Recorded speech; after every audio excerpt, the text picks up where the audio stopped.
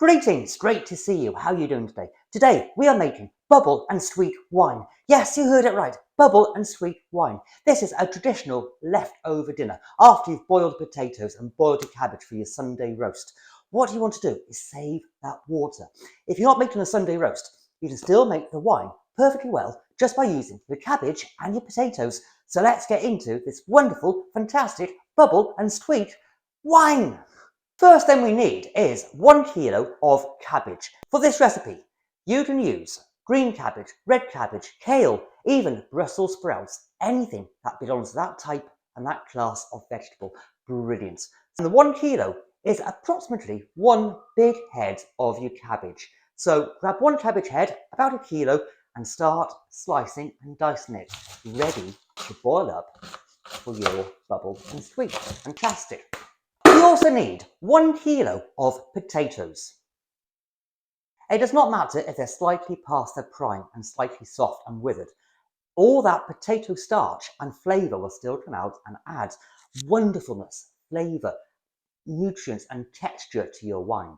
So wash off your potatoes if they need a wash, if they're a bit soily, and then start slicing those as well. Fantastic. One of the beauties of this recipe is that you're not really making a wine. You are making bubble and sweet for dinner. The wine is just the byproduct of your bubble and sweet, so it's cost saving. You are having your bubble and sweet first and foremost, and then you just so happen to have 6 delicious bottles of wine ready to drink next autumn. So it's fantastic. You know, it's cost effective, it's money saving. You are making use of all the natural ingredients. That's fantastic. So what we need to do now is shove those potatoes into a really big stock pot or saucepan. Then place your 1 kilogram of spuds onto the stove and pour over 4 litres of boiling water. The reason we are not adding the cabbage at the moment is we want the potatoes to be nearly done before we add the cabbage. We don't want the cabbage to be boiled and boiled and boiled and boiled and be old granny style boiled. You don't want to overboil your cabbage for bubble and sweet. You want it to be still slightly crisp. But for the wine, you want it to have released a lot of the flavour and a lot of the nutrients into the water. So bring your spuds to the boil. Boil away for about 5 minutes and then turn it down to a simmer. Then we're going to add the cabbage, but in the meantime, we need to be preparing the next 2 ingredients for the wine. And that is 1 banana, which is going to add a decent amount of body to the wine. It's going to carry that velocity through and make the wine denser on the tongue and more character around your mouth. When you have that drink, you know it's going to be a full, rich, succulent wine. It doesn't add much flavour, but it just adds that mouthfeel to the wine. Talking of mouthfeel, we're also going to be adding 1 tea bag to the wine. And we're going to do this together with the banana. The tea bag adds the tannin, which also contributes to that mouthfeel in the wine. So what we need to do now is simply slice and dice your banana and throw it into a smaller saucepan. There is no need to peel the banana because the skin also contains a lot of the characteristics you want to add to the wine. So peel it, skin and all, and the blacker the banana, the sweeter it is and the more robustness it gives to the wine and more sugars, so which is fantastic.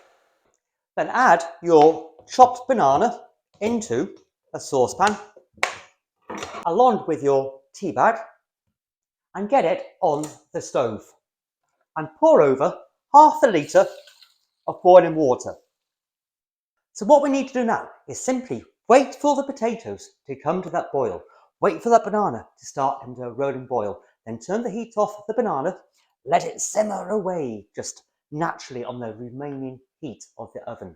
Whilst your potatoes are coming to the boil and boiling away, and your banana is boiling away as well with that tea bag in there, we want to start preparing the sugar for this wonderful, fantastic bubble and sweet wine. So, sugar! So once you've sanitised and sterilised your demijohn, we want to pour in 1.25 kilograms of sugar into the demijohn. Just pour it straight in through a funnel and hopefully your nozzle won't get clogged up. There's nothing worse than having a clogged up nozzle. So pour the sugar straight in. By the time you've poured your sugar into your clean, sanitised, sterilised demijohn, your banana and tea bag should have come to the boil. So turn that off the heat, then simply strain that banana juice, water and tea bag into your demijohn on top of the sugar. With the banana juice, boiling water and tea bag in the demijohn, you want to give it a good shake to get all that sugar mixed in to that hot solution. When I filmed this, my SD card dropped full at this point and the camera stopped filming. So I didn't actually record me putting the cabbage into the pot. So now grab your cabbage, put it into the pot, your sliced cabbage that is, not a whole cabbage, but your sliced, diced cabbage, into the pot with the boiling water and the potatoes. So shove it straight in, job done. And we'll move on to the next stage. Get it all dissolved, get it all working in. And in the meantime, whilst you're doing that, your potatoes and cabbage should be boiling away. Turn it down, let it simmer until those potatoes are perfectly done, ready for mashing. Once that is done, grab it off the stove. You want to pour the liquid into your demijohn. And don't forget to keep the potatoes and the cabbage ready for your bubbling sweet for dinner. Fantastic. Well, hey, then give it another quick stir. Get all that sugar mixed into that hot, lovely, juicy, colourful liquid. And a shake as well. The colour from the potatoes really carries it forward. It's going to be a golden brown, autumn drinking, fantastic, colourful, gorgeous wine. Now, we simply want to add about half a litre of cold water to the demijohn. This will help bring the temperature down, ready for you to add the yeast. You don't want your demijohn to be too full. Otherwise, when the initial fervid, sexy fermentation takes place, it won't erupt and make a big mess all over the neck of the demijohn. You want to fill it to about shoulder level, not all the way to the neck. Leave some room there for the yeast to have a good fun and play around. Once your must has cooled down to the temperature of a mother's breast milk, you're ready to add your yeast. Now, I have made a yeast starter because I was making a wine earlier and I thought it easier to make a yeast starter for 2 batches than just add yeast to 1.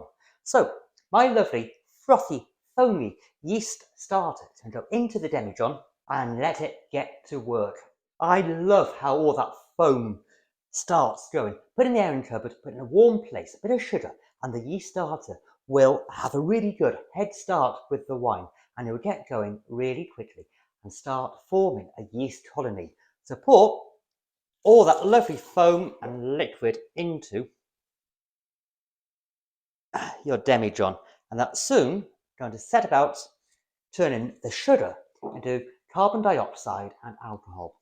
Insert yourself an airlock into the demijohn and set it aside in a warm place and forget about it until that yeast has gone past that initial fervid, aggressive fermentation stage. After that, top it up to the neckline, let it carry on fermenting until it's dry.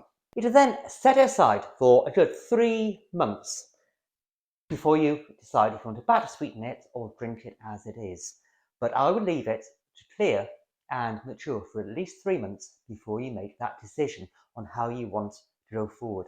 This is a hardy bubbling sweet wine. It's one you want to drink in autumn around the fire. It has undertones of peat. It is delicious. It is fantastic. It is well worth making. And of course, you get bubbling sweet for dinner for free. Or rather, the wine is free if you make bubbling sweet for dinner. Whichever way you see it, you are maximising your ingredients. You're maximising your money. You get a free meal or free 6 bottles of wine. Fantastic.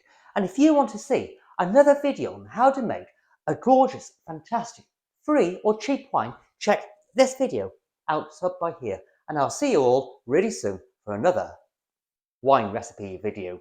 Have fun now. See you soon.